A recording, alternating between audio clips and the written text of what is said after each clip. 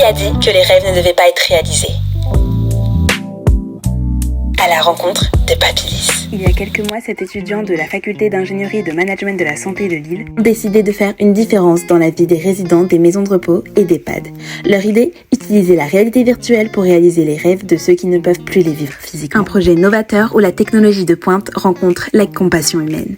Une initiative qui vise à offrir aux personnes âgées non seulement du divertissement, mais aussi une nouvelle manière de se connecter, de s'évader et de découvrir. Ils ont bravé les défis, surmonté les obstacles et surtout écouté les voix de ceux dont les années d'expérience méritaient d'être entendues. Ils ont organisé des interventions, des activités et ils ont écouté. Dans chaque interaction, ils ont trouvé une source d'inspiration et de motivation, alimentant le feu de leur détermination. Ouvrir un chapitre où la réalité virtuelle devient une passerelle vers des souvenirs oubliés, des aventures inexplorées et des rêves renouvelés. Bonjour à toutes et à tous, je me présente, Maïssa Laoudedj, responsable sponsor et partenariat de l'équipe Papylis et j'ai également pour mission de superviser l'ensemble du projet. Les casques VR ne sont pas de simples dispositifs technologiques, mais bel et bien des portails vers un monde où les impossibilités se transforment en possibilités infinies. En effet, dans les mondes virtuels, les frontières de l'irréalisable s'effacent pour laisser place aux rêves qui prennent vie. Et c'est justement l'une des raisons pour lesquelles nous avons décidé de réaliser ce beau projet. Donc nos premières actions ont consisté à en savoir davantage sur notre public, les résidents en EHPAD, afin d'adapter au mieux nos expériences. Donc, à travers les yeux des résidents, nous avons découvert des histoires de vie riches en émotions et en espoir, pouvant nous inspirer pour notre futur. La plus belle des choses selon moi était de voir des étincelles de vie retrouvées et des souvenirs ravivés auprès des résidents. Les sourires de leur visage sont le reflet de leur bonheur retrouvé et nous font d'autant plus plaisir. Donc nous avons pu réécrire les chapitres de l'histoire de la vie de ces résidents en ajoutant des pages de bonheur là où le passé avait laissé des pages blanches. Et c'est ensemble que nous avons pu défier les frontières du temps et de l'espace, offrant à nos aînés une évasion bien méritée dans la réalité quotidienne. Ces mots résonnent profondément et nous rappellent l'importance de l'impact social. Mais comment exactement la réalité virtuelle peut-elle transformer ces vies? Pour répondre à cette question, écoutons l'analyse d'un spécialiste en la matière. Bonjour, je me présente, Maïssa Laoudedj, je suis cadre supérieur chez Orange Business, qui est la branche entreprise du groupe Orange, et depuis déjà 28 ans. Et en fait, je vais vous parler de réalité virtuelle dans le domaine des entreprises et des usages qu'on peut aujourd'hui retrouver dans un certain nombre d'industries. Le premier des univers, c'est celui du divertissement, puisque c'est une véritable industrie. On va retrouver en fait ce qu'on appelle le jeu, donc le gaming. On va retrouver également l'industrie du cinéma qui aujourd'hui s'est très emparée du sujet. On va retrouver également les parcs d'attractions, les musées, etc., etc. Bref, à travers tous ces usages aujourd'hui, on propose en fait des nouvelles expériences immersives à l'ensemble du grand public et à l'ensemble des professionnels qui peuvent leur permettre en fait de peut-être revoir une scène de guerre ou une scène de bataille en visionnant un tableau, qui va leur permettre de devenir le héros également dans le cadre du jeu, de choisir et d'être en immersion, ou peut-être même une expérience au niveau du stade, dans la rencontre d'un match ou en regardant par exemple les JO qui arrivent très prochainement, et de se mettre à la place de l'athlète et de pouvoir partager ça même avec sa propre communauté. Voilà. Je vais vous parler maintenant d'un deuxième cas d'usage qui est celui de l'industrie du bâtiment, du génie civil, de l'urbanisation, puisque dans ce domaine-là, en fait, aujourd'hui, un certain nombre de promoteurs se sont emparés en fait de ce qu'on appelle le BIM, le Building Information Modeling, qui permet en fait, en enfilant un casque, de voir comment va être construit l'immeuble, de se balader à l'intérieur en visite 3D, ou de voir comment un nouveau quartier va naître avec ces différents espaces de détente, des espaces de travail, des espaces de shopping, etc. Et idem dans le cadre du génie civil, si on veut construire une nouvelle autoroute, un nouveau pont, un aqueduc ou peu importe, eh ben, ça permet en fait de façon virtuelle et de façon immersive de se projeter et donc du coup de valider les travaux de l'architecte. Et pour terminer, une troisième famille de cas d'usage autour de l'apprentissage, ce qu'on appelle le learning.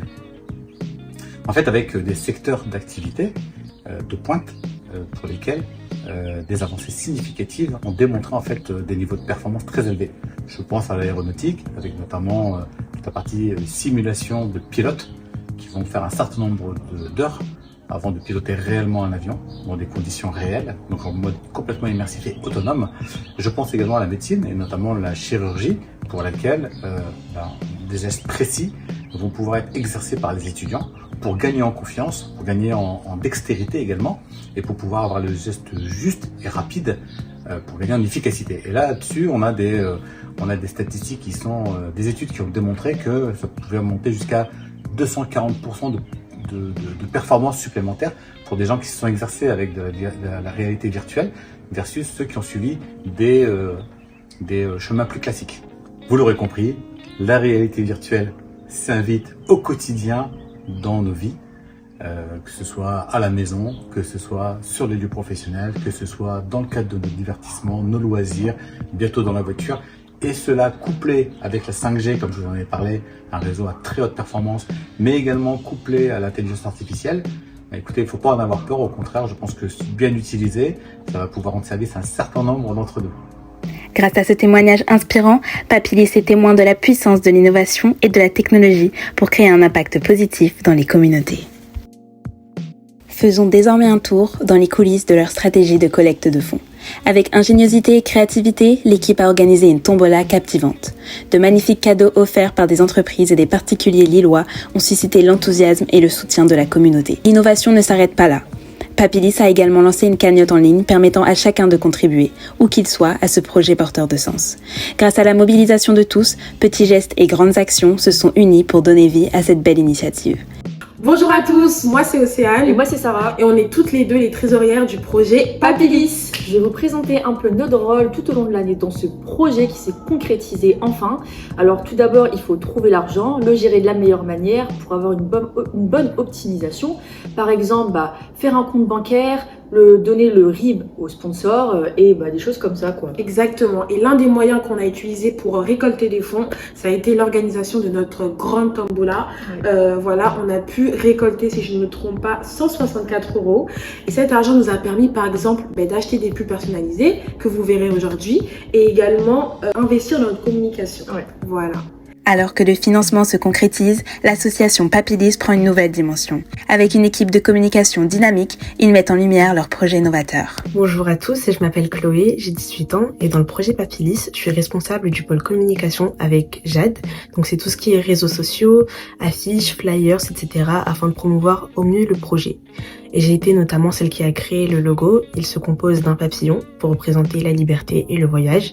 Et dans le nom Papillis, j'ai introduit une personne âgée qui porte un casque de réalité virtuelle.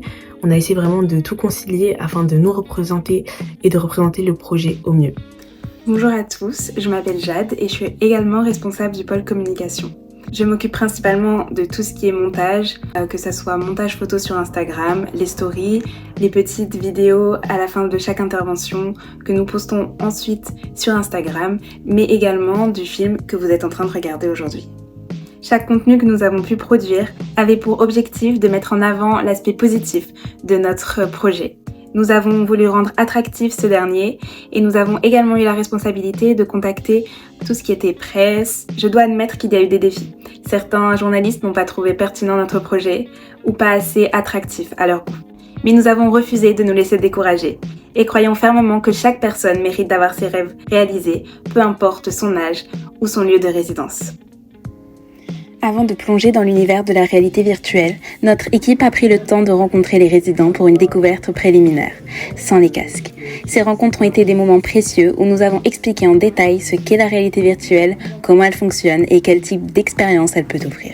Cette approche sur mesure a garanti que chaque résident vivra des moments magiques et adaptés à ses goûts personnels. De plus, Papillis a eu des discussions approfondies avec les gérants du Lexim qui ont généreusement prêté les casques de réalité virtuelle.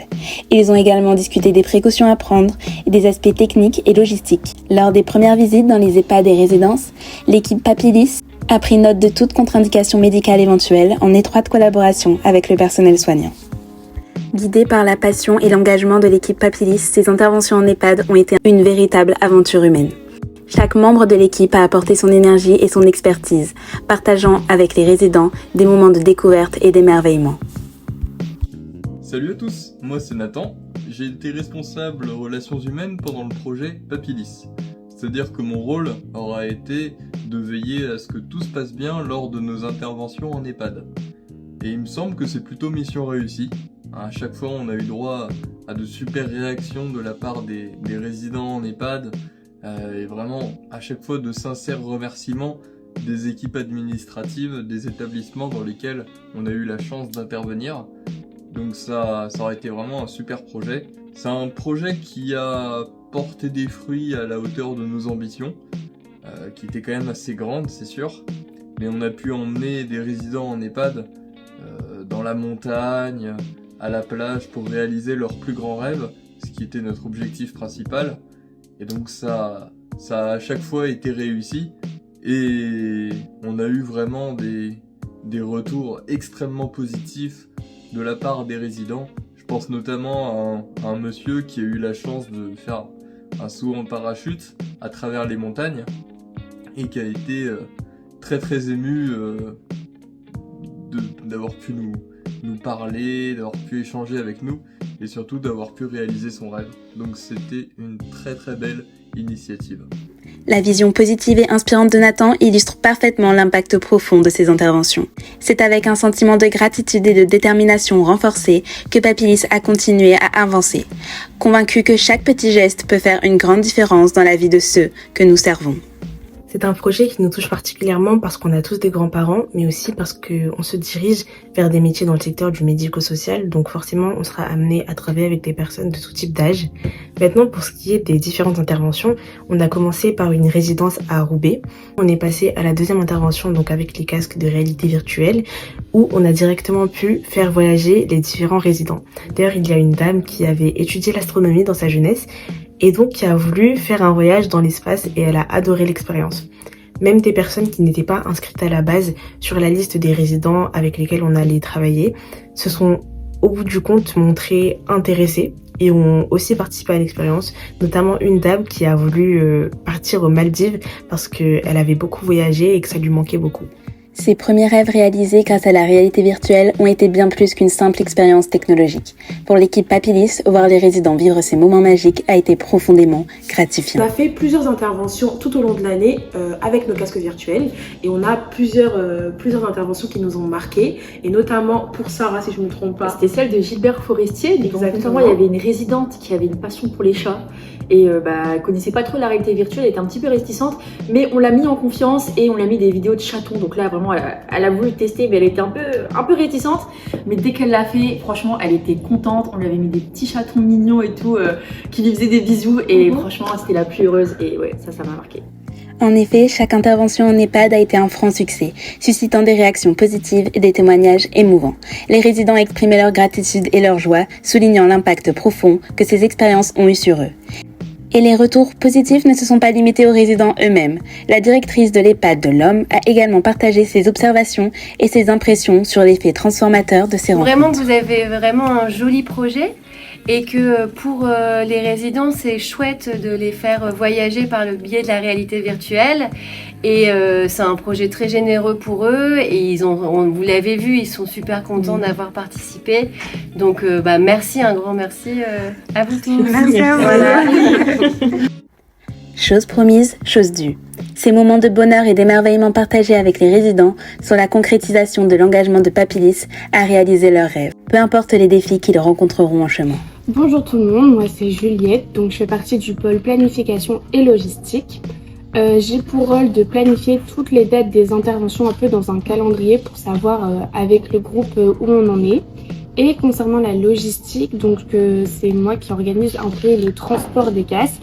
Donc c'est-à-dire qu'avec notre partenaire le Lexim, on va aller chercher les casques à l'université et ensuite, en fonction des disponibilités de chacun, on va les chercher. On a une petite mallette et on les transporte. Donc soit on prend le métro, la voiture ou le bus. Pour moi, le projet Papilis, c'est un moyen de relier la nouvelle génération avec les anciennes générations, c'est-à-dire de leur faire découvrir ce que nous utilisons quotidiennement. Là, c'est exceptionnel parce que les casques, on a eu l'idée grâce à l'université, mais ça leur permet du coup de découvrir un nouvel aspect de la technologie.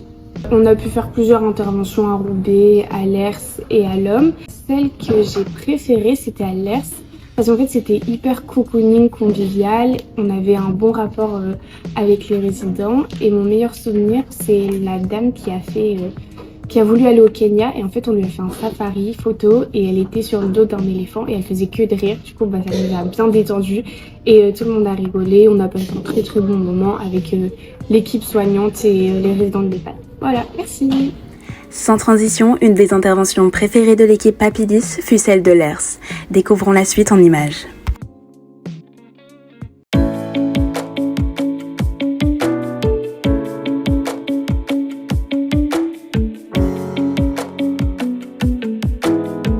L'une des interventions qui m'a marquée, c'est celle de Lers. Vraiment, j'ai beaucoup aimé notre intervention là-bas. J'ai vraiment aimé l'attraction qu'avaient les personnes âgées. Ils étaient tout de suite contents, ils ont grave aimé notre projet. Des petites danses. Exactement. J'ai aimé aussi parce que je sais que vivre en résidence, être une personne âgée, c'est pas facile au quotidien, moralement. Et ça nous a permis un peu d'apporter un peu de vie, d'apporter quelque chose de nouveau, quelque chose qu'ils ne connaissaient pas. Et ce fut un plaisir. Vraiment, ce fut un réel plaisir. Surtout au niveau sensation, en fait, ils s'attendaient vraiment pas à ce que ça soit aussi réel. Donc par exemple, il y avait un résident qui était parti dans les airs en train de voler et vraiment ça l'avait choqué carrément, il était tout content, il voulait refaire plusieurs fois. Donc ça franchement, ça nous fait plaisir de leur apprendre de nouvelles sensations. Exactement, et c'était aussi l'occasion d'inclure un peu de numérique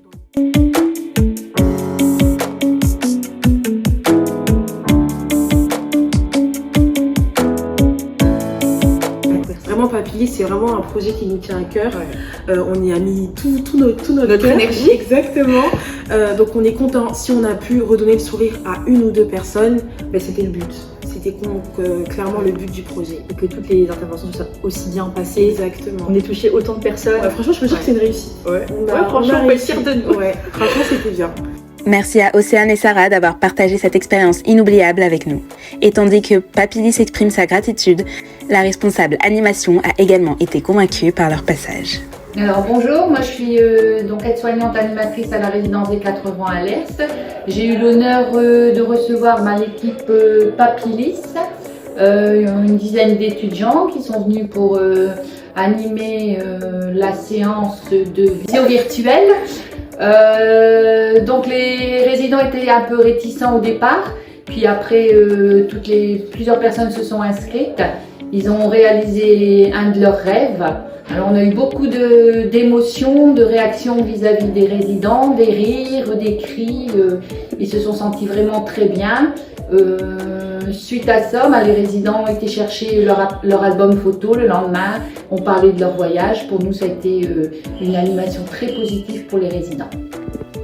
En cette fin d'aventure, l'équipe Papillis tient à exprimer sa profonde gratitude envers tous ceux qui ont rendu cette aventure possible. Nous tenons à remercier nos professeurs, nos mentors et tous ceux qui nous ont soutenus tout au long de ce parcours, ainsi que les résidences qui nous ont accueillis. Votre encouragement et votre guidance ont été notre lumière dans les moments sombres, et nous sommes reconnaissants pour chaque conseil et chaque mot d'encouragement. Mais surtout, nous voulons exprimer toute notre reconnaissance envers ceux pour qui nous avons entrepris cette mission, les résidents d'EHPAD et ceux qui ont tant donné à notre société. Papillis a apporté un rayon de lumière dans la vie de ces personnes, ravivant des souvenirs, créant des moments de bonheur et réalisant des rêves longtemps enfuis. Nous espérons que notre modeste contribution a pu apporter ne serait-ce qu'un fragment de la joie et de l'espoir qu'ils nous ont donné. Alors que cette aventure prend fin, nous sommes remplis d'une profonde émotion pour tout ce que nous avons vécu ensemble. Nous sommes fiers de l'impact positif que nous avons pu avoir et nous sommes reconnaissants pour chaque instant de cette expérience inoubliable. Merci à tous.